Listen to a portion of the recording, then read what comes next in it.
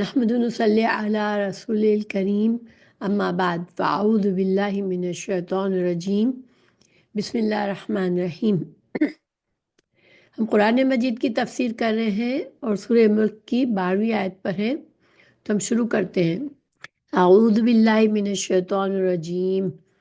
بسم اللہ الرحمن الرحیم۔ ان الذین یخشون ربهم بالغیب لہم مغفرۃ واجر کبیر۔ یقیناً جو لوگ اپنے رب سے بغیر دیکھے ڈرتے ہیں ان کے لیے بڑی بخشش اور بڑا اجر ہے۔ تو دیکھیں پچھلی آیات میں اللہ سبحانہ تعالیٰ نے ان لوگوں کا ذکر فرمایا جنہوں نے رسولوں کی بات کو سنا ہی نہیں اور اس پر نہ غور و فکر کیا، نہ کائنات کی کسی نشانی پر غور کر کے اپنے رب کو پہچانا۔ یعنی جس کام کے لیے اللہ نے انہیں کان اور آنکھیں دی، عقل دی، اس سے بالکل حق کو پہچاننے کی کوشش نہیں کی اور وہ کفر میں پڑ گئے اور رسولوں کو جھٹلایا اور آخر کار جہنم میں داخل کیے گئے۔ اور جب جہنم میں انہیں داخل کیا جا رہا تھا تو ان سے جو جہنم کے داروغہ ہیں وہ پوچھتے ہیں کہ کیا تمہارے پاس کوئی ڈرانے والا نہیں تھا جو تم اپنے آپ کو ڈر جاتے اور اپنے آپ کو بچا لیتے اس برے انجام سے، دنیا میں ایمان لے آتے اور رسولوں کی بات پر چلتے؟ تو وہ کیا کہیں گے؟ وہ اعتراف کریں گے نہیں، رسول تو آئے تھے مگر ہم نے ان کو جھٹلا دیا اور ہم نے ان کی کسی بات پر کان نہیں لگائے۔ کاش ہم ان کی باتوں کو سن لیتے اور اپنی عقل سے کام لیتے تو ہم آج جہنم میں نہ داخل ہوتے۔ تو گویا وہ اپنے اعتراف جرم کریں گے اور اپنے برے انجام کو پہنچیں گے، کیونکہ آخرت کے اعتراف کا کوئی فائدہ نہیں ہے۔ جب سامنے آ گیا سب کچھ، حق سامنے آ گیا، قیامت کے روز جب ہر چیز سامنے ہے، انسان کا حساب کتاب ہو رہا ہے، اس کے برے اور اچھے اعمال اس کو دکھائے جا رہے ہیں، پھر اس کے برے انجام کو پہنچتا ہے، تو اب وہ اعتراف اگر کرتا ہے حق کا تو اس سے اسے کوئی فائدہ نہیں ہوگا۔ اسی لیے اب ان لوگوں کے ذکر کیا گیا جنہوں نے دنیا میں بالغیب یعنی انہوں نے اپنے رب کو نہیں دیکھا تھا، صرف کائنات کی نشانیوں پر غور و فکر کیا تھا اور رسولوں نے جب حق کی بات بتائی تو انہوں نے اس کو سنا تھا اور اس پر غور و فکر کر کے انہوں نے بن دیکھے، نہ انہوں نے اپنے رب کو دیکھا، نہ انہوں نے آخرت کو دیکھا، نہ آخرت کے عذاب اور آخرت کے انعامات اور جنت کو دیکھا، مگر وہ ایمان لے آئے۔ اب ان کے بارے میں بتایا جا رہا ہے جو لوگ دنیا میں عقل سلیم کے تقاضے اور اللہ کے رسولوں اور اللہ کے نیک بندوں کے بتانے سے اللہ کو دیکھے بغیر، اللہ تعالیٰ کو دیکھے بغیر، اس کے فرشتوں پر، اللہ کے فرشتوں پر اور اللہ کے رسولوں اور یوم آخرت پر ایمان لائے، وہ اپنے رب سے ڈرتے رہے، برے انجام سے بچنے کی کوشش کرتے رہے، اپنی رب کی فرما برداری کی کوشش کرتے رہے تاکہ آخرت میں وہ برے انجام سے بچ جائے۔ اور اس سے اگر کوئی غلطی ہو بھی گئی تو ان کے بن دیکھے ڈرتے رہنے سے، چونکہ وہ بن دیکھے اللہ سے ڈرتے رہے تو اس وجہ سے اللہ تعالیٰ انہیں معاف فرما دیتا ہے۔ یعنی جو نیک بندے جو ایمان لے آتے ہیں ان سے بھی گناہ ہو جاتے ہیں، ان سے بھی غلطیاں ہو جاتی ہیں، کیونکہ انسان کامل نہیں ہے، کوئی انسان مکمل طور پر گناہوں سے پاک نہیں رہ سکتا، انسانوں سے گناہ ہوتے ہیں، اللہ کے نیک بندوں سے بھی گناہ ہوتے ہیں، لیکن جن کے دلوں میں اللہ کا خوف ہوتا ہے وہ اللہ سے معافی مانگ لیتے ہیں۔ اور اگر معافی مانگنے یعنی بعض اوقات انسان کو گناہ انجانے میں ہو جاتے ہیں اور وہ اسے معافی مانگنے کا خیال نہیں آتا، تب بھی اللہ سبحانہ تعالیٰ رحیم ہے، وہ ان کی دوسری نیکیوں کی وجہ سے ان کے گناہوں کو معاف فرما دیتا ہے۔ اور یہ انعام ہے اللہ کی خشیت رکھنے والوں کے لیے کہ اللہ تعالیٰ ان کی نیکیوں کا ان کو بڑا اجر دے گا اور ان کے بہت سے گناہ بغیر معافی کے بھی اپنی رحمت سے ان کو معاف فرما دے گا، اور جب وہ بہت سے گناہوں کی جب وہ توبہ کریں گے تو ان کو معاف فرما دے گا۔ اور تو ایسے لوگوں کے لیے پھر ان کا انجام بھی خیر ہوگا آخرت میں۔ تو حقیقت یہ ہے کہ ہر نیکی کی اصل ایمان اور بالغیب اور خشیت بالغیب ہے، یعنی انسان دنیا میں اگر کوئی اپنے دیکھیں نیکیاں کرنے کے لیے، اللہ کی فرما برداری کے لیے انسان کو اپنے نفس کے خلاف بھی جانا پڑتا ہے نا۔ ہر انسان کا نفس اسے برائیوں کی طرف اکساتا ہے، شیطان اسے برائیوں کی طرف اکساتا ہے، لیکن انسان کو کیا چیز روکتی ہے ان گناہوں میں پڑنے سے؟ کہ وہ اپنے رب سے ڈرتے ہیں، چاہے وہ اکیلے میں بالغیب کو ہم یہ بھی سمجھ سکتے ہیں کہ وہ جب تنہا بھی ہوتے ہیں، کوئی نہیں بھی دیکھ رہا، تو اپنے اللہ کے خوف سے، اللہ کی خشیت سے گناہوں سے بچتے رہتے ہیں، اور وہ جنت اور جہنم اور برے انجام اچھے انجام پر ایسا یقین رکھتے ہیں جیسے یہ سب کچھ انہیں نظر آ رہا ہے، اور وہ اپنے آپ کو گناہوں سے بچاتے رہتے ہیں۔ تو پھر ان کے لیے اللہ نے کیا فرمایا کہ ان کے لیے ایک تو مغفرت ہے اور ایک اجر کبیر ہے۔ تو مغفرت تو جیسے ہم نے سمجھا کہ اللہ تعالیٰ ان کے توبہ کرنے پر ان کی توبہ قبول فرماتا ہے، اور بہت سے گناہ اللہ بغیر ان کی توبہ کی اپنی رحمت سے ان کو معاف فرما دیتا ہے، اور ان کے گناہوں کو آخرت میں بھی اللہ تعالیٰ مومن سے گناہ کا اعتراف کروا کے اکیلے میں، جسے اس مومن سے پوچھے گا اللہ تعالیٰ بندے تو نے یہ گناہ کیے، وہ بندہ اعتراف کرے گا اور اللہ تعالیٰ اس کے گناہوں پہ پردہ رکھ دے گا، اسے معاف فرما دے گا۔ اور اجر کبیر، بہت بڑا اجر ہے ان کے لیے، اور وہ یہ اجر کبیر جو ہے، دیکھیں اگر ہم پیچھے دیکھیں، جنہوں نے ایمان نہیں لائے تھے، انہوں نے انبیاء علیہ السلام کو اور نیک لوگوں کو جنہوں نے انہیں اللہ سے ڈرانے کی کوشش کی، ان سے کہا تھا کہ تم بہت بڑی گمراہی میں ہو۔ تو یہاں ایسے نیک لوگوں کو اجر کبیر ہے، بہت بڑا اجر ہے، اور یہ جنت کی نعمت ہے ہمیشہ کی۔ پھر وَأَسِرُّوا قَوْلَكُمْ أَوِ اجْهَرُوا بِهِ إِنَّهُ عَلِيمٌ بِذَاتِ الصُّدُورِ۔ اس کا ترجمہ ہے تم اپنی بات کو چھپاؤ یا اسے بلند آواز سے کرو، برابر ہے، یقیناً وہ سینوں کی چھپی ہوئی باتیں بھی خوب جانتا ہے۔ تو دیکھیں شروع میں ہمیں اللہ کی قدرت کے بارے میں بتایا گیا، آسمان کی طرف ہماری توجہ کی گئی کہ دیکھو آسمان کتنا عظیم اللہ نے بنایا ہے، دیکھو اللہ کی یہ قدرتیں دیکھو۔ اور اب جو ہے پھر بیچ میں جن لوگوں کا ذکر آیا برے انجام کا، جنہوں نے جھٹلایا تھا انبیاء کرام کو، جو ایمان نہیں لائے تھے، پھر نیک لوگوں کا اجر بتا کے اب دوبارہ سے اللہ سبحانہ تعالیٰ نے اپنی قدرت کا بیان فرما رہے ہیں، وہ باتیں جو مخلوق کی استطاعت سے باہر ہے۔ شروع کی 7 آیات میں ان سے کفر کرنے والوں اور ان پر ایمان رکھنے والوں کا انجام ذکر فرمایا۔ اب دوبارہ اللہ تعالیٰ کی قدرتوں کا ذکر شروع ہوتا ہے۔ فرمایا تم اپنی بات چھپ کر کرو یا بلند آواز سے کرو، اللہ تعالیٰ سب جانتا ہے، بلکہ وہ اس سے بڑھ کر دلوں کے ارادے اور نیتیں جو زبان پر، اللہ تعالیٰ نے فرمایا تم اپنی بات چھپا کر کرو یا بلند آواز سے کرو، اللہ تعالیٰ سب جانتا ہے، بلکہ وہ اس سے بڑھ کر دلوں کے ارادے اور نیتیں جو زبان پر آ کر قول بننے کی منزل تک نہیں پہنچے، انہیں بھی جانتا ہے۔ یعنی ہمارے اندر جو سوچیں ہر وقت ہوتی ہے انسان کے، جس اندر جو خود اس کی زبان پر بھی نہیں آئی ہوتی، ہمارے جو خیالات ہیں، ہمارے جو ارادے ہیں، اللہ تعالیٰ ان سب سے واقف ہے۔ تو مخلوق جو ہے وہ چھپی ہوئی باتیں تو بے شک نہیں جان سکتی، لیکن دیکھیے جو زور سے کی ہوئی باتیں ہیں، جو بآواز کی ہوئی باتیں، اگر وہ بھی ایک جگہ پر بہت سے لوگ زور سے باتیں کر رہے ہیں ایک دوسرے کے ساتھ، اور شور و غل ہو رہا ہے، تو انسان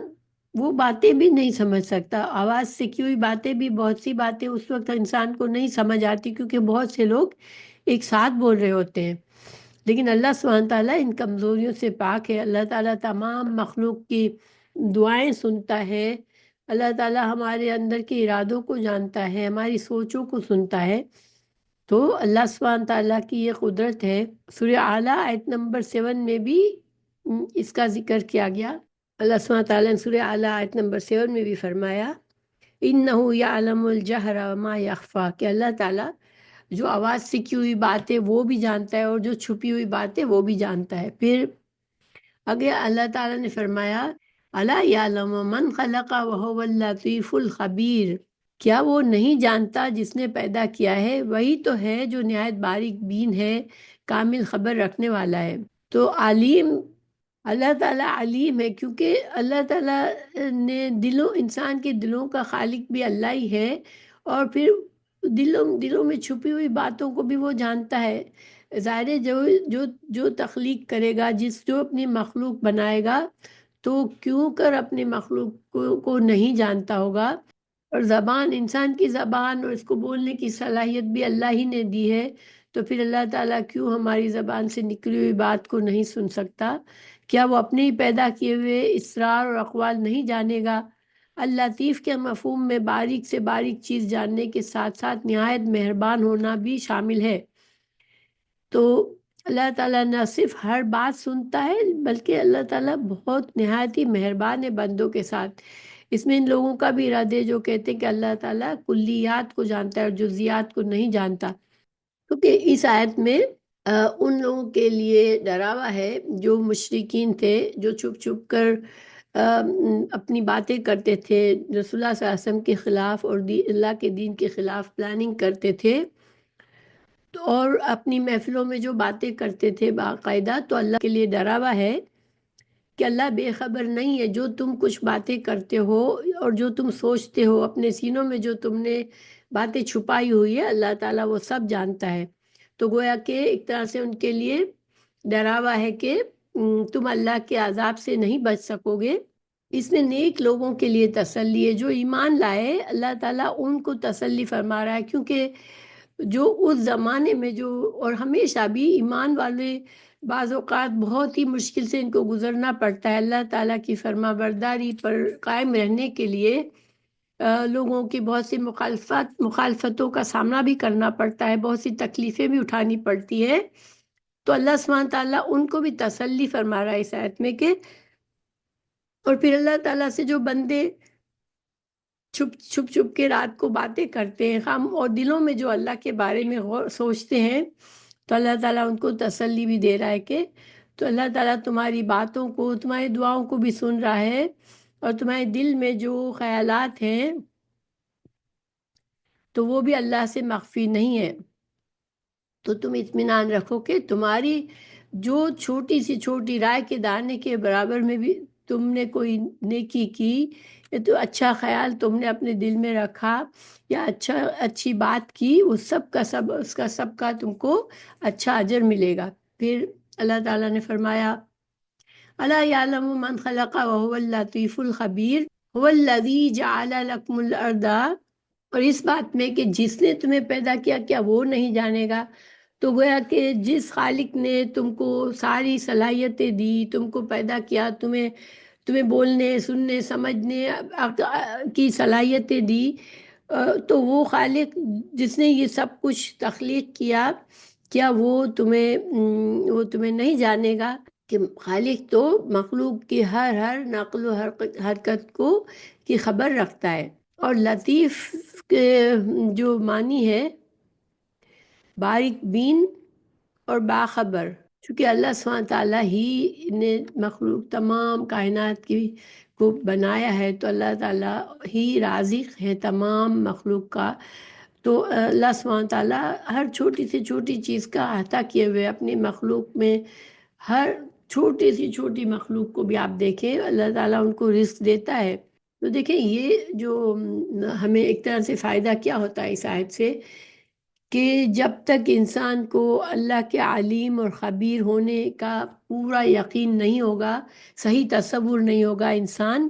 کے دل میں وہ خشیت پیدا ہی نہیں ہو سکتی۔ ٹھیک ہے، انسان اگر اس کو پورا یقین ہوگا کہ اللہ سبحانہ تعالیٰ میری ہر چیز سے واقف ہے، سب کچھ اس کے علم میں، تو پھر انسان اللہ کی نافرمانی کے کام کرتے ہوئے ڈرے گا۔ اور لفظ لطیف میں اللہ سبحانہ تعالیٰ کے نہایت مہربان ہونے کا بھی اشارہ ہے کہ اللہ سبحانہ تعالیٰ جب اپنی مخلوق کو جانتا ہے تو اپنی مخلوق کی چھوٹے سے چھوٹی ضرورت کو بھی سمجھتا ہے، اور اللہ تعالیٰ سب کو رزق بھی اللہ ہی دیتا ہے۔ پھر وَأَسِرُّوا قَوْلَكُمْ أَوِ اجْهَرُوا بِهِ إِنَّهُ عَلِيمٌ بِذَاتِ الصُّدُورِ۔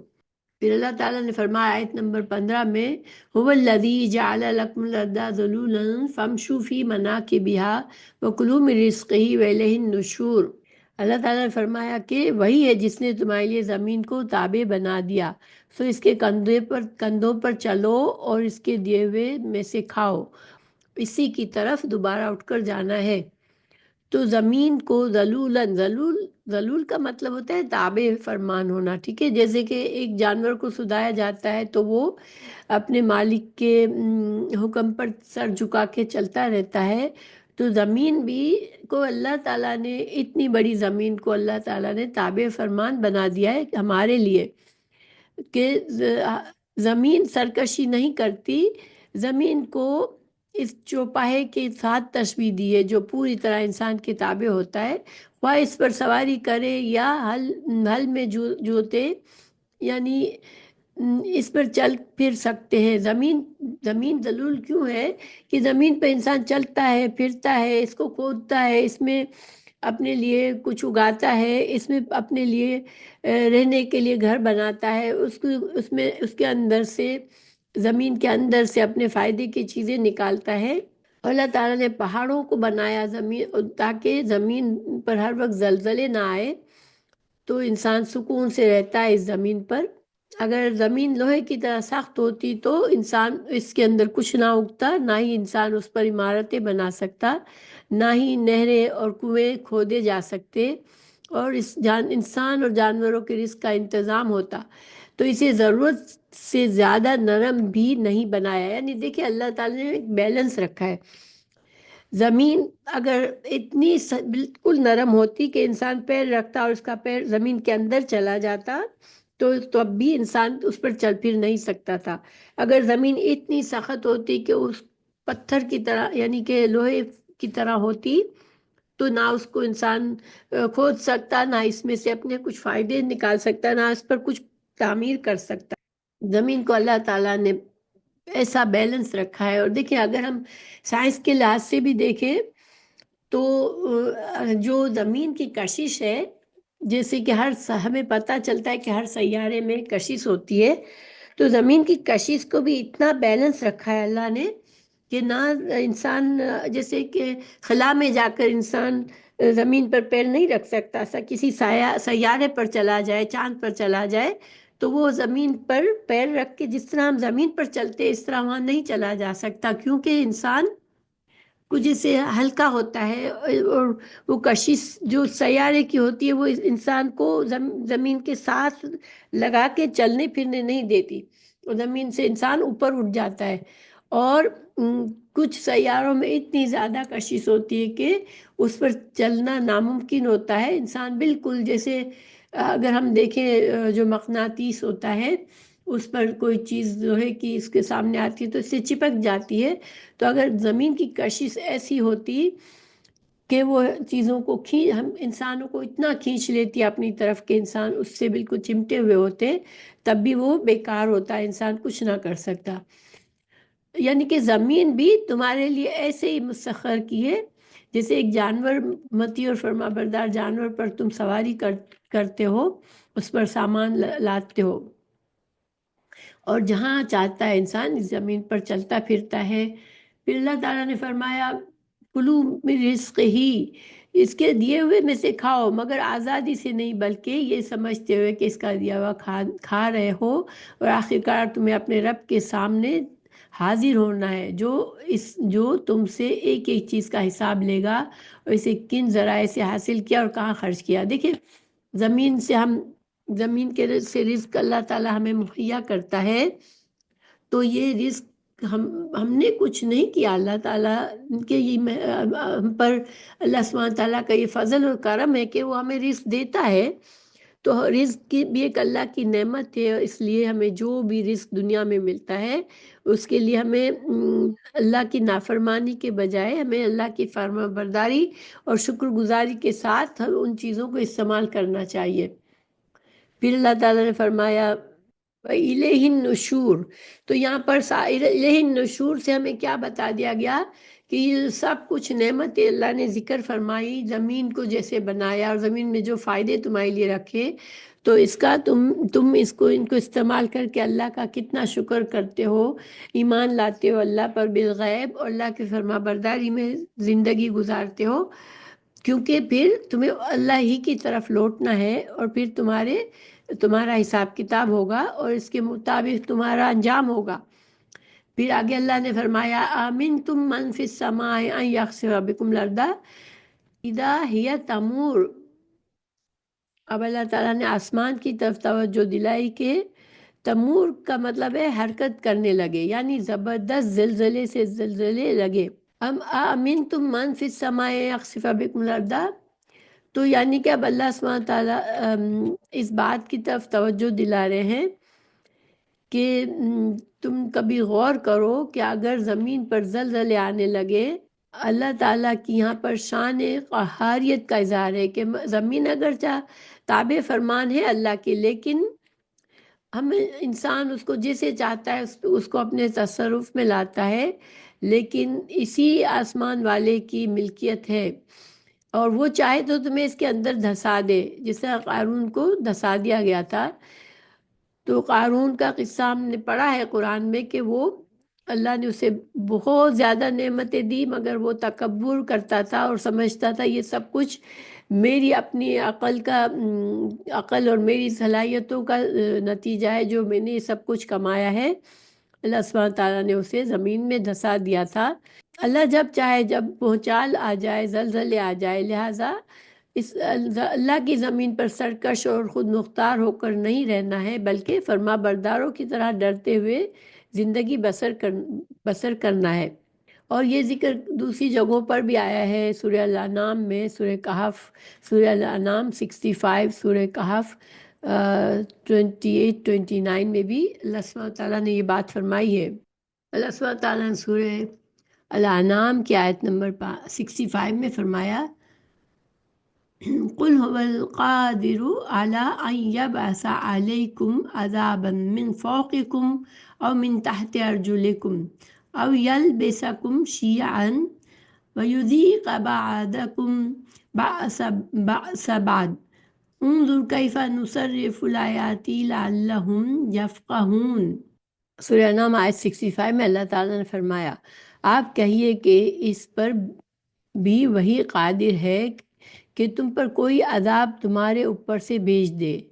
یا تمہارے پاؤں تلے سے، یا کہ تم کو گروہ گروہ کر کے سب کو بھڑا دے، یعنی آپس میں لوگ ایک دوسرے کے خلاف ہو کر لڑنے جھگڑنے لگے، ایک دوسرے کو قتل و غارت کرنے لگے اور تمہارے ایک کو دوسرے کی لڑائی چکھا دے۔ آپ دیکھیے تو صحیح ہم کس طرح دلائل مختلف پہلوؤں سے بیان کرتے ہیں، شاید وہ سمجھ جائیں۔ تو دیکھیے آسمان سے اللہ تعالیٰ بارش کی کثرت ہو یا پتھر کے ذریعے سے عذاب یا امر اور احکام کی طرف سے ظلم و ستم، امرا و احکام، یعنی کہ یہاں پر کچھ جو صورتیں بتائی عذاب کی، یا تو آسمان سے کوئی ایسا طوفانی بارش ہو جائے جس سے نقصان ہو انسانوں کو، یا اولے برسنے لگے، یا پھر پتھر کے ذریعے سے عذاب، یعنی کہ زلزلے وغیرہ سے زمین سے کوئی تم پر عذاب آ جائے، یا تم پر ایسے لوگوں کو اللہ تعالیٰ حاکم بنا دے جو تم پر ظلم ستم کرے، تو یہ سب کچھ اللہ کر سکتا ہے۔ پاؤں کے تلے سے کیا مصیبت آ سکتی ہے، زمین میں دھس جانا، طوفانی سیلاب آنا، سب جس میں سب غرق ہو جاتے ہیں، یا جو ہمارے ماتحت ہوتے ہیں، غلام ہوتے ہیں انسانوں کے، جو نوکر ہوتے ہیں، نوکر چاکر ہوتے ہیں، وہ انسان پر عذاب بن جائیں کہ وہ بددیانتی کرے، خیانت کرے، ہمیں نقصان پہنچائے، تو یعنی کہ یہ سارے کچھ مشکلات انسان کو آ سکتی ہے۔ اور جب لوگوں دیکھیں امن و امان جب ہوتا ہے تو انسان سکون سے زندگی گزارتا ہے، لیکن جب انسان کے خلاف ہو جاتا ہے، لوگوں کے اندر دشمنی ہو جاتی ہے، ایک گروہ دوسروں کا دشمن ہے، پھر قتل و غارت ہوتی ہے، لڑائیاں ہوتی ہیں۔ حدیث میں نبی کریم صلی اللہ علیہ وسلم نے فرمایا، میں نے اللہ سے 3 دعائیں کی کہ نمبر 1 میری امت غرق کے ذریعے ہلاک نہ کی جائے، پھر دوسری دعا کی قحط عام کے ذریعے اس کی تباہی نہ ہو، اور تیسری آپس میں ان کی لڑائی نہ ہو۔ اللہ تعالیٰ نے پہلی 2 دعائیں قبول فرما لی اور تیسری دعا سے مجھے روک دیا۔ یعنی اللہ سبحانہ تعالیٰ نے چونکہ انسانوں میں خرابی آتی ہے، ٹھیک ہے، انسان آپس میں جو فتنے ہوتے ہیں، فساد ہوتے ہیں، لڑائیاں جھگڑے ہوتے ہیں، وہ انسانوں کے اللہ کی نافرمانی کرنے اور ایک دوسرے کے حق تلفی کرنے سے، حقوق و فرائض کا بیلنس خراب کرنے سے آپس میں دشمنی ہوتی ہے، لڑائیاں ہوتی ہیں۔ اور یہ چیز جو ہے چونکہ اس سے انسان کے ایمان اور عمل کی وجہ سے کے نتیجے میں یہ ہوتا ہے، اس وجہ سے اللہ سبحانہ تعالیٰ نے یہ دعا نہیں قبول فرمائی کہ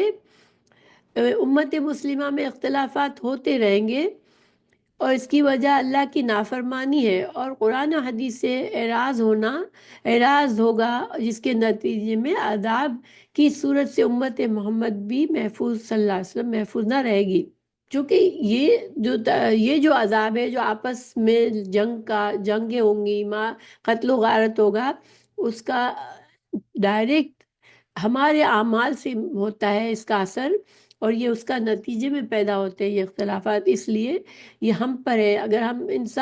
ایک مسلمان معاشرہ ہوگا اور انسانوں کے حقوق و فرائض کا خیال رکھیں گے اور ایک دوسرے کو امر بالمعروف اور نہی عن المنکر کرتے رہیں گے، تو پھر یہ حالت نہیں ہوگی اور امن و امان ہوگا، اور لوگ ایک دوسرے کے حقوق اور حق تلفی نہیں کریں گے، اور نہ دشمنیاں اور دعوت ہوگی۔ تو یہ اللہ سبحانہ تعالیٰ کی سنت ہے، اللہ تعالیٰ کا طریقہ ہے شروع سے قوموں کے لیے کہ جو قومیں اخلاق و کردار کے بارے میں ان کا جب کردار گر جاتا ہے، اخلاق برا ہو جاتا ہے، تو پھر اس کا نتیجہ فساد ہوتا ہے، آپس کی دشمنی اور لڑائیاں ہوتی ہیں۔ اور اللہ سبحانہ تعالیٰ نے چونکہ فرما دیا ہے سورہ فاتر آیت 43 میں، فَلَن تَجِدَ لِسُنَّتِ اللَّهِ تَبْدِيلًا وَلَن تَجِدَ لِسُنَّتِ اللَّهِ تَحْوِيلًا، کیونکہ اللہ تعالیٰ نے شروع سے یہ طریقہ رکھا ہے لوگوں کے ساتھ کہ اگر وہ اللہ کی نافرمانی کریں گے اور حقوق و فرائض کا خیال نہیں رکھیں گے، کیونکہ انسان جب اللہ کے احکامات پر عمل کرتا ہے تو خود بخود دوسروں کے حقوق و فرائض کو ادا کرتا ہے، اور پھر فساد نہیں ہوتا۔ جب تک جب مسلمان اپنی حالت نہیں بدلیں گے، جب تک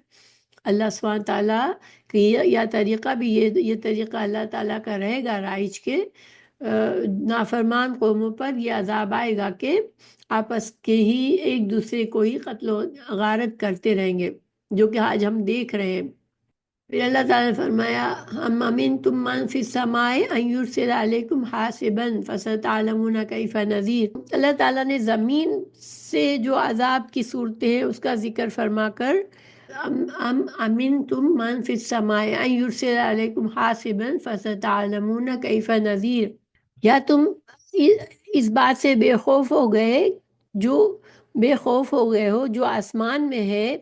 کہ وہ تم پر پتھراؤ والی آندھی بھیج دے، پھر ان قریب تم جان لوگے کہ میرا ڈرانا کیسا ہے۔ تو جیسا کہ قوم لوط کی مثال ہمیں قرآن میں بتائی گئی، اللہ تعالیٰ نے فرمایا بے شک ہم نے ان پر پتھر برسانے والی ایک ہوا بھیجی، سوائے لوط کے گھر والوں کے انہیں صبح سے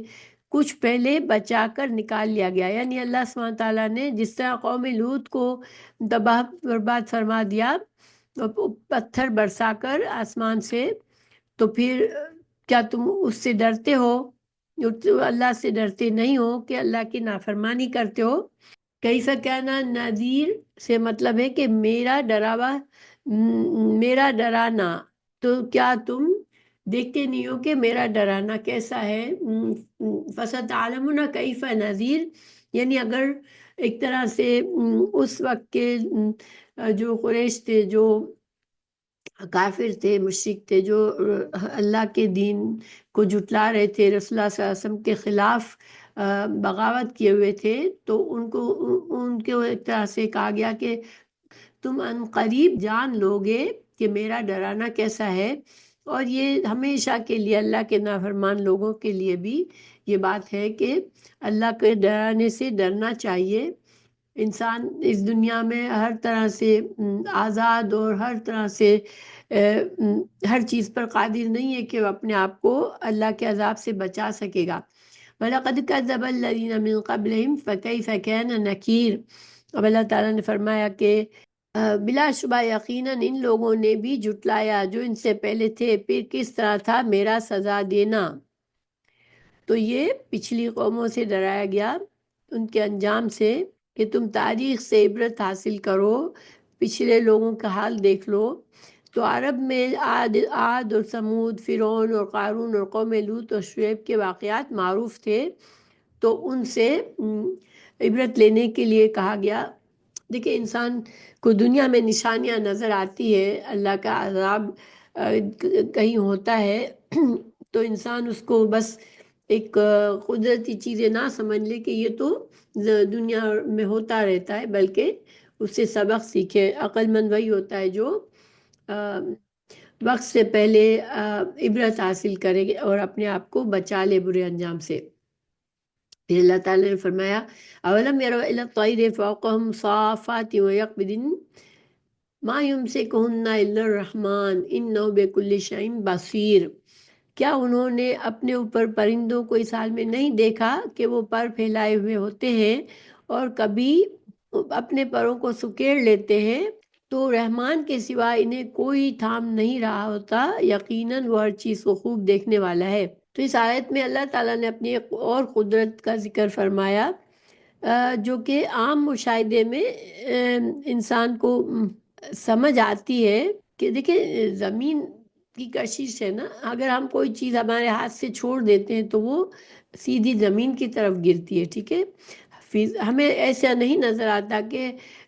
چیزیں ہماری معلق ہو جائے، ہم نے زمین پر کچھ چھوڑ دیا، زمین سے اونچائی سے کچھ چھوڑ دیا تو وہ زمین اور آسمان کے بیچ میں معلق نہیں رہتی، وہ گر جاتی ہے۔ لیکن پرندوں کو ہم دیکھتے ہیں کہ وہ ان کا بھی وزن ہوتا ہے، مگر وہ فضا میں اڑتے پھرتے ہیں، اڑتے وقت اکثر وہ پر پھیلائے ہوئے ہوتے ہیں، کبھی سکیڑ بھی لیتے ہیں، تو انہیں تھامنے والا ہے اس رحمان بےحد مہربان کے علاوہ کوئی نہیں۔ یہ مثال ہر انسان دیکھتا ہے، پرندوں کو ہوا میں اڑتے ہوئے دیکھتا ہے، تو کس چیز سے پرندوں کو کون اڑاتا ہے، کون انہیں زمین پر نہیں گرا دیتا؟ کیونکہ یہ تو عام چیز ہمیں نظر آتی ہے کہ کوئی بھی چیز جس کا وزن ہوتا ہے وہ زمین کی طرف گر جاتی ہے۔ اللہ تعالیٰ ہر چیز پر نظر رکھتا ہے، اللہ بصیر ہے، اپنی مخلوق کو ہر چیز سے واقف ہے، ہر چیز دیکھ رہا ہے اللہ تعالیٰ۔ پھر امن ھذا الذی ھو جند لکم ینصرکم من دون الرحمن ان الکافرون الا فی غرور۔ یا کون ہے جو تمہارا لشکر ہو، تمہاری مدد کرے رحمان کے مقابلے میں؟ تو یہ ایک طرح سے ڈراوا ہے کہ جو اللہ کے سامنے نافرمان بنتے ہیں اور جو سرکشی کرتے ہیں، تو اللہ تعالیٰ ڈرا رہا ہے کہ جو رحمان اتنی قدرتیں رکھنے والا ہے، جو پرندوں کو ہوا میں چلاتا ہے، جو زمین پر تم کو بساتا ہے، تو تم سمجھتے ہو کہ وہ تم بے خوف ہو، تمہیں پکڑنے کے لیے اگر اللہ کا فیصلہ ہو جائے تم کو عذاب دینے کا، تو کون ہے جو تمہارا لشکر بن کر اللہ کے مقابلے میں تمہاری مدد کر سکے گا؟ کوئی نہیں، بالکل نہیں۔ کافر لوگ جن کو دلوں میں یہ بات بیٹھی ہوئی ہے کہ فلاں ہستی، فلاں مشکل کشا اللہ تعالیٰ کے مقابلے میں ان کی مدد کریں گے اور زبردستی سفارش کر کے چھڑا لیں گے، محض دھوکے میں پڑے ہوئے ہیں۔ دیکھیں بہت سے مسلمان بھی یہ سمجھتے ہیں کہ فلاں بزرگ ہیں، ان کی درگاہ پر چڑھاوے ڈالتے ہیں، اور وہ سمجھتے ہیں کہ یہ چونکہ اللہ کے نیک بندے ہیں، یہ اللہ سے حجت کریں گے اور ہمیں چھڑا لیں گے، اللہ سے جھگڑیں گے اور ہماری سفارش کریں گے۔ تو ایسا نہیں ہوگا۔ سفارش اللہ کی جب ہوگی تو اللہ کے اذن سے ہی ہوگی۔ اللہ جس جس کو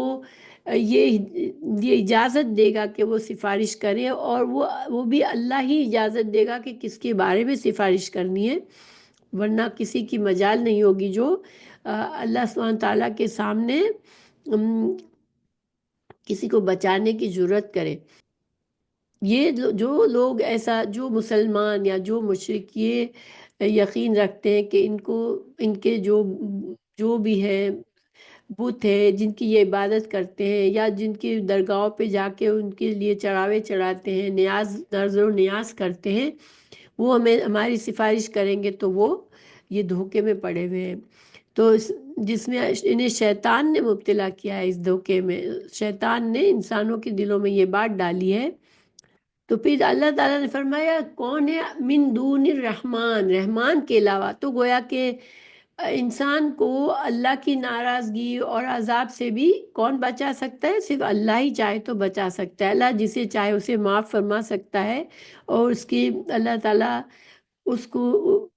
سزا دینے کے بجائے اپنی رحمت میں داخل کر سکتا ہے۔ لیکن اللہ سبحانہ تعالیٰ نہ چاہے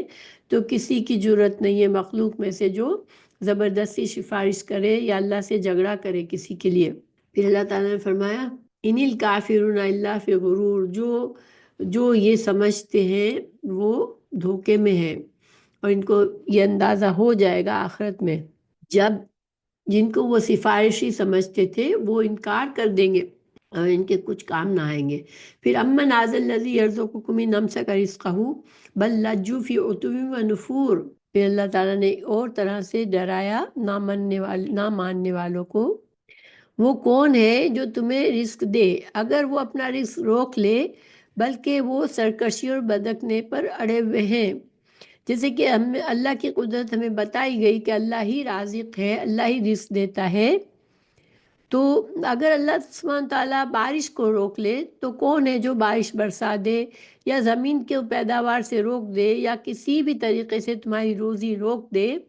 تو وہ کون ہے جو تمہیں روزی مہیا کر دے گا۔ صحیح بخاری کی حدیث ہے، عبداللہ بن مسعود سے روایت ہے کہ جب قریش مکہ نے نبی کریم صلی اللہ علیہ وسلم کے مقابلے میں نافرمانی کی حد کر دی، اور آپ صلی اللہ علیہ وسلم نے ان پر یوسف علیہ السلام جیسی قحط سالی کی بد دعا فرمائی، تو ان پر ایسا قحط آیا کہ وہ ہڈیاں تک کھا گئے۔ اور یہ قحط اس وقت دور ہوا جب رسول اللہ صلی اللہ علیہ وسلم نے ان کے لیے اللہ تعالیٰ سے دعا فرمائی۔ یہ اس میں بخاری کی حدیث ہے۔ تو انسان کبھی بھی یہ مطمئن نہ ہو جائے کہ میں بالکل بے نیاز ہوں، میرے پاس اتنی نعمتیں ہیں، میں جو چاہوں کھاؤں پیوں جہاں رہوں۔ اللہ سبحانہ تعالیٰ جب چاہے انسان کا رزق بند کر سکتا ہے۔ ایک لمحے میں ہم دیکھتے ہیں دنیا میں کہ انسان کے پاس سب کچھ ہوتا ہے، اور کوئی ایسی آسمانی آفت آ جاتی ہے کہ سب ختم ہو جاتا ہے، یا زلزلے میں ایک لمحے کے اندر بستیاں شہر سب اجڑ جاتے ہیں، اور لوگوں کے پاس جو کچھ انہوں نے اپنے لیے جمع کیا ہوتا ہے سب ختم ہو جاتا ہے، اور وہ محتاج ہو جاتے ہیں۔ تو انسان کو جب اللہ کا عذاب آئے اس سے پہلے انسان کو ڈرتے رہنا چاہیے، اور اللہ کی فرما برداری قبول کرنی چاہیے۔ بل لجوا فی عتو و نفور، بلکہ وہ سرکشی اور بدکنے پر اڑے ہوئے ہیں، کیونکہ جب انسان اللہ کی نافرمانی کرتا ہے تو اس کی سننے دیکھنے کی صلاحیتیں، سوچ سمجھنے کی صلاحیتیں ختم ہو جاتی ہے، مہر لگ جاتی ہے، پھر وہ اپنی اس غرور، تکبر اور نافرمانی اور انکار حق میں ہی لگا رہتا ہے، اسی میں وہ خوش ہوتا ہے۔ افمن یمشی مکبا علی وجہہ اہدی امن یمشی سویا علی صراط مستقیم، اللہ تعالیٰ نے فرمایا کہ کیا وہ شخص جو اپنے منہ کے بل الٹا ہو کر چلتا ہے زیادہ ہدایت والا ہے، یا وہ جو سیدھا ہو کر درست راستے پر چلتا ہے؟ تو اس سے کیا مطلب ہے؟ مکبن کا مطلب ہے کسی کو اوندھا گرانا، منہ کے بل گرا دینا۔ تو اہدا کا مطلب یہ اسم و تفضیل ہے کہ زیادہ ہدایت یافتہ ہے، اور جو زیادہ ہدایت والا ہے سے مطلب مومن ہے، جو اللہ کو ایک ماننے والے ہیں، جو انہوں نے رسول اللہ صلی اللہ علیہ وسلم کی دعوت کو قبول کیا، اور جو آج تک قیامت تک جو بھی فرما برداری کی زندگی گزارتا ہے۔ تو کافر سیدھے راستے پر چلنے کے بجائے گمراہی کے ٹیڑھوں راستوں پر چلتا ہے، اس وجہ سے منہ کے بل گرتا پڑتا چلا جا رہا ہوتا ہے۔ ایسا شخص منزل مقصود پر کیسے پہنچے گا؟ اس کے برعکس مومن توحید اور سنت کے صراط مستقیم پر سیدھا ہو کر چل رہا ہے۔ اسے دائیں بائیں اور سامنے ہر طرف سے اپنا راستہ اور اس کا گرد و پیش نظر آ رہا ہوتا ہے، تو وہ یقیناً اپنی منزل مقصود تک پہنچ جاتا ہے، جو کہ جنت ہے۔ جیسا کہ اللہ تعالیٰ نے ایک جگہ فرمایا وَنَحْشُرُهُمْ يَوْمَ الْقِيَامَةِ عَلَىٰ وُجُوهِهِمْ عُمْيًا وَبُكْمًا وَصُمًّا مَأْوَاهُمْ جَهَنَّمُ۔ تو دیکھیں یہ جو مثال بتائی گئی کہ جو اندھے منہ چلتا ہے، جو منہ کے بل چلتا ہے اور جو سیدھا چلتا ہے، ہدایت پر ہے، یہ ہدایت کا راستہ جو ہے وہ جنت کا راستہ ہے۔ انسانوں کے لیے آخری منزل ہمیں دنیا میں پیدا کرنے سے پہلے ہی حضرت آدم علیہ السلام کے قصے میں ہی بتا دیا گیا کہ انسانوں کا اصل ٹھکانہ جنت ہے۔ جب انسان اللہ کے فرما برداری اور رسولوں کی فرما برداری کر کے جو اپنی زندگی گزار کے اللہ کی رضامندی حاصل کر کے جائے، دنیا سے لوٹیں گے تو وہ جنت پہ جائیں گے۔ تو گویا کہ جو ہدایت کے راستے پر ہے وہ جنت کے راستے پر ہے، لیکن کافروں کا راستہ جہنم کا راستہ ہوتا ہے۔ اور جہنم کے راستے کئی ہیں، ٹھیک ہے، انسان کی گمراہی کے لیے کئی راہیں ہیں۔ انسان کسی بھی طرح سے گمراہ ہو سکتا ہے، اگر اس نے سیدھے راستے کو قبول نہیں کیا تو وہ کسی نہ کسی طریقے سے گمراہی کے کسی نہ کسی راستے پہ چل رہا ہوتا ہے۔ تو یہ دونوں برابر نہیں ہوتے، دونوں کی منزل بھی برابر نہیں ہوگی۔ سیدھے راستے پر چلنے والے جنت میں جائیں گے، اور جو گمراہی کے راستوں پر چلتے ہیں وہ دوزخ، ان کا ٹھکانہ دوزخ ہوگا۔ پھر اللہ سبحانہ وتعالیٰ نے فرمایا قُلْ هُوَ الَّذِي أَنشَأَكُمْ وَجَعَلَ لَكُمُ السَّمْعَ وَالْأَبْصَارَ وَالْأَفْئِدَةَ قَلِيلًا مَا تَشْكُرُونَ۔ اللہ تعالیٰ ہی ہے جس نے تمہیں پیدا فرمایا، تمہیں کان، آنکھیں اور دل عطا فرمائے۔ تو اب پیدا کرنے کا شکر تو یہ تھا کہ صرف اسی کی عبادت کرتے، اور کان، آنکھیں اور دل عطا فرمانے کا شکر یہ تھا کہ انہیں وہی استعمال کرتے جہاں یہ نعمتیں دینے والے کی رضا تھی، اور اس کے ذریعے سے اللہ کی خوشنودی کا راستہ تلاش کرتے۔ مگر تم نے نہ کانوں سے حق بات سنی، نہ آنکھوں سے اللہ کی قدرتیں دیکھ کر عبرت پکڑی، اور نہ دل سے اللہ کی توحید سمجھنے کی کوشش کی۔ بے شمار نعمتوں میں سے یہ 3 نعمتوں کا ذکر یہاں فرمایا اللہ نے، کیونکہ یہ 3 نعمتیں جو ہے علم کا ذریعہ ہے، ٹھیک ہے، اور علم جو ہے یہی سچا جو صحیح علم ہے، اسی کے ذریعے سے آدمی حق تک پہنچ سکتا ہے۔ قرآن و حدیث کا علم حاصل کر کے ہی انسان سچائی کو پا سکتا ہے اور سیدھے راستے پر چل سکتا ہے۔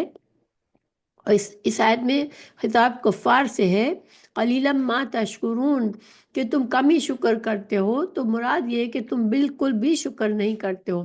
اللہ کی یہ نعمتیں انسان کو ملی ہوئی ہے، اگر انسان سوچے میں نے کیا کیا تھا کہ مجھے اللہ نے آنکھوں جیسی نعمت دی، مجھے کانوں جیسی نعمت دی، مجھے اللہ تعالیٰ نے سوچنے سمجھنے کی صلاحیت دی جسے میں اپنا اچھا برا سمجھ سکتا ہوں، تو پھر ان کا صحیح استعمال یہی تھا کہ انسان اس خالق کی طرف جھک جاتا۔ مگر جس نے یہ نہیں کیا، اس نے اللہ کی نعمتوں کا شکر ہی نہیں کیا۔ قُلْ هُوَ الَّذِي ذَرَأَكُمْ فِي الْأَرْضِ وَإِلَيْهِ تُحْشَرُونَ۔ اللہ تعالیٰ نے فرمایا جس نے تمہیں زمین میں پھیلایا، تم اسی کی طرف اکٹھے کیے جاؤ گے۔ تو جس ہستی نے تمہیں روئے زمین پر پھیلا سکتا ہے، وہ تمہیں دوبارہ اکٹھا بھی کر سکتا ہے۔ یعنی اللہ تعالیٰ نے ہمیں دنیا میں بسایا ہے، تو پھر اللہ سبحانہ تعالیٰ کے لیے کوئی مشکل نہیں ہے کہ وہ ہمیں دوبارہ اکٹھا بھی کر لے، سمیٹ بھی لے۔ پھر وہ کہتے ہیں وَيَقُولُونَ مَتَىٰ هَٰذَا الْوَعْدُ إِن كُنتُمْ صَادِقِينَ، کہ ان کا یہ پوچھنا ہے کہ بتاؤ پھر یہ کب آئے گی، یہ عذاب کب آئے گا، یہ قیامت کب ہوگی۔ تو یہ مقصد یہ نہیں ہوتا ہے کہ وہ جاننا چاہتے ہیں اور وہ ڈرتے ہیں کہ ہم اس سے پہلے کچھ تیاری کریں، اپنے اللہ کو راضی کر لیں، بلکہ وہ صرف طنز اور استہزاء کرتے ہیں، یا پھر جھوٹا ثابت کرنے کی کوشش کرتے ہیں کہ ہم تو نافرمانی کر رہے ہیں، ہم تو بات بھی نہیں مان رہے، پھر ہم پر عذاب کیوں نہیں آ رہا جس عذاب سے تم ڈراتے ہو۔ مگر چونکہ اللہ سبحانہ تعالیٰ مہلت دیتا ہے، تو اس مہلت کا فائدہ اٹھا کر انسان کو فرما برداری قبول کرنی چاہیے، مگر وہ اندھے بنے ہوئے ہیں، بہرے اور گونگے بنے ہوئے ہیں، اور وہ اس کا حق کو قبول کرنے کے بجائے مذاق اڑاتے ہیں۔ اللہ تعالیٰ نے فرمایا قُلْ إِنَّمَا الْعِلْمُ عِنْدَ اللَّهِ وَإِنَّمَا أَنَا نَذِيرٌ مُبِينٌ، کہ آپ ان سے کہہ دیں کہ یہ قیامت کا علم تو اللہ ہی کے پاس ہے، اور میں تو بس ایک ڈرانے والا ہوں، کھلا ڈرانے والا ہوں۔ تو قیامت کا علم صرف اللہ تعالیٰ کے پاس ہی ہے، تو نہ میں قیامت لانے کا اختیار رکھتا ہوں، نہ مجھے اس کا وقت کا علم ہے۔ میرا کام صرف یہ ہے کہ اس وقت سے پہلے میں قیامت کے متعلق آگاہ کر دوں اور اس کی ہولناکیوں سے ڈرا دوں۔ سو یہ کام میں نے کر دیا ہے۔ قیامت کے علاوہ بھی بہت سی چیزیں ہیں جن کا آنا یقینی ہے، مگر ان کا وقت معلوم نہیں ہے۔ موت ہی کو دیکھ لو، یعنی انسان قیامت کے بارے میں پوچھنے سے پہلے یہ سوچ لے، اسے پتہ ہے کہ اسے موت آئے گی، ہر انسان کو آتی ہے موت، تو کیا انسان کو معلوم ہوتا ہے کہ اس کی موت کب آئے گی؟ لیکن اس انسان موت پر یقین ہوتا ہے، تو پھر قیامت آئے گی اس پر کیوں یقین نہیں؟ تو انسان کو، ہر انسان کی جو موت ہے وہ اس کے لیے قیامت ہی ہے، کیونکہ اب اس کے لیے اعمال کا دروازہ بند ہو گیا۔ تو انسان کو اپنی زندگی سے فائدہ اٹھا کے اپنی موت کی تیاری کرنی چاہیے، کیونکہ مرنے کے بعد انسان قبر میں پڑا ہوا ہے، تو اب اس کے پاس کوئی عمل کا دروازہ اب نہیں ہے، وہ کوئی عمل اب نہیں کر سکتا۔ پھر فلما رأوه زلفة سیئت وجوہ الذین کفروا وقیل هذا الذی کنتم به تدعون۔ اللہ تعالیٰ نے قیامت کا وقت تو کسی کو نہیں بتایا، لیکن یہاں پر اللہ تعالیٰ نے فرمایا کہ پس جب وہ اس کو قریب دیکھیں گے تو ان لوگوں کے چہرے بگڑ جائیں گے جنہوں نے انکار کیا، اور ان سے کہا جائے گا یہی ہے وہ جو تم مانگا کرتے تھے، یعنی وہ عذاب مانگتے تھے کہ کب آئے گا، قیامت کب آئے گی، تو اب دیکھ لو یہ قیامت آ گئی تمہاری، اور تم جس چیز کو مانگ رہے تھے وہ اب تمہیں مل گیا۔ تو اب وہ جس کو مذاق سمجھ رہے تھے اور جس کا مطالبہ بڑے دھڑلے سے بار بار کر رہے تھے، جب قریب آتی ہوئی دیکھیں گے تو سب ہنسی مذاق اور شیخی بھول جائیں گے، اور خوف اور دہشت سے ان کے چہرے بگڑ جائیں گے، اور کہا جائے گا یہی ہے وہ قیامت جس کا مطالبہ تم کیا کرتے تھے۔ اور دیکھیں انسان کو موت کے وقت بھی جب وہ موت کے فرشتے دیکھتا ہے تو اچھے یا برے انسان کو پتہ چل جاتا ہے۔ جو فرشتے آتے ہیں جو مجرموں کے لیے، کافروں کے لیے، وہ ان کی شکلیں خطرناک ہوتی ہے، وہ مارتے ہیں، پیٹتے ہیں، تو وہ ان کو سمجھ آ جاتی ہے جان نکلنے سے پہلے ہی کہ یہ تو اسی سے مجھے ڈرایا جا رہا تھا، برے انجام سے، اب میں اپنے برے انجام کی طرف جا رہا ہوں، مگر وہ اس وقت ایمان لانے کی مہلت ختم ہو چکی ہوتی ہے۔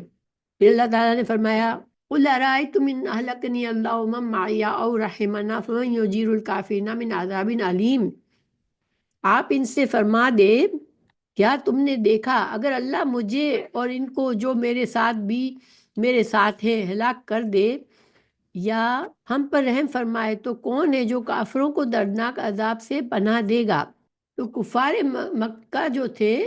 وہ اسلام کے پھیلنے سے پریشان ہو کر رسول اللہ صلی اللہ علیہ وسلم اور آپ کے ساتھیوں کے خلاف اپنی تمام کوششوں کا ناکام ہونا دیکھ رہے تھے۔ وہ کسی طرح اسلام کی دعوت کو روک نہیں سکتے تھے، اور وہ پھر اس امید پر جی رہے تھے کہ کبھی نہ کبھی زمانے کی گردش ان کا کام تمام کر دے گی، یعنی وہ ایک طرح سے امید لے کے بیٹھے تھے کہ کوئی حادثہ ہوگا، کوئی مشکل آئے گی، اور رسول اللہ صلی اللہ علیہ وسلم پر کوئی ہلاکت نعوذ باللہ آ جائے گی، پھر یہ کام ختم ہو جائے گا اور ہم آزاد ہو جائیں گے ان کے ڈراوے سے۔ تو اللہ سبحانہ تعالیٰ نے رسول اللہ صلی اللہ علیہ وسلم سے فرمایا کہ تم ان سے کہو کہ مجھے اور میرے ساتھیوں کو اللہ تعالیٰ ہلاک کر دے یا ہم پر رحم کرے، تو تمہیں اس سے کیا غرض ہے؟ تم اپنی فکر کرو کہ کفر کے نتیجے میں جو عذاب علیم تم پر آنے والا ہے اس سے تمہیں کون بچائے گا، کیونکہ ہر انسان اپنے اعمال کا ذمہ دار ہے۔ اس طرح ان کو کہا گیا کہ تم اپنے اپنے اعمال کی فکر کرو، جو تم کر رہے ہو تو برا انجام تمہاری طرف آئے گا۔ قل هو الرحمن آمنا به وعلیہ توکلنا فستعلمون من هو فی ضلال مبین۔ آپ ان سے فرما دے وہ بے حد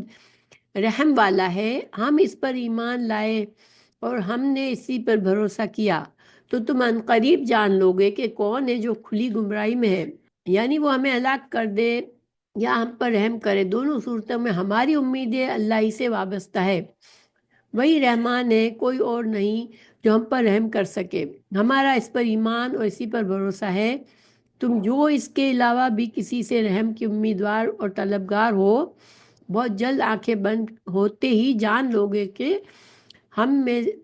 سے صحیح گمراہ کون تھا، یعنی کہ جو مشرکین تھے وہ تو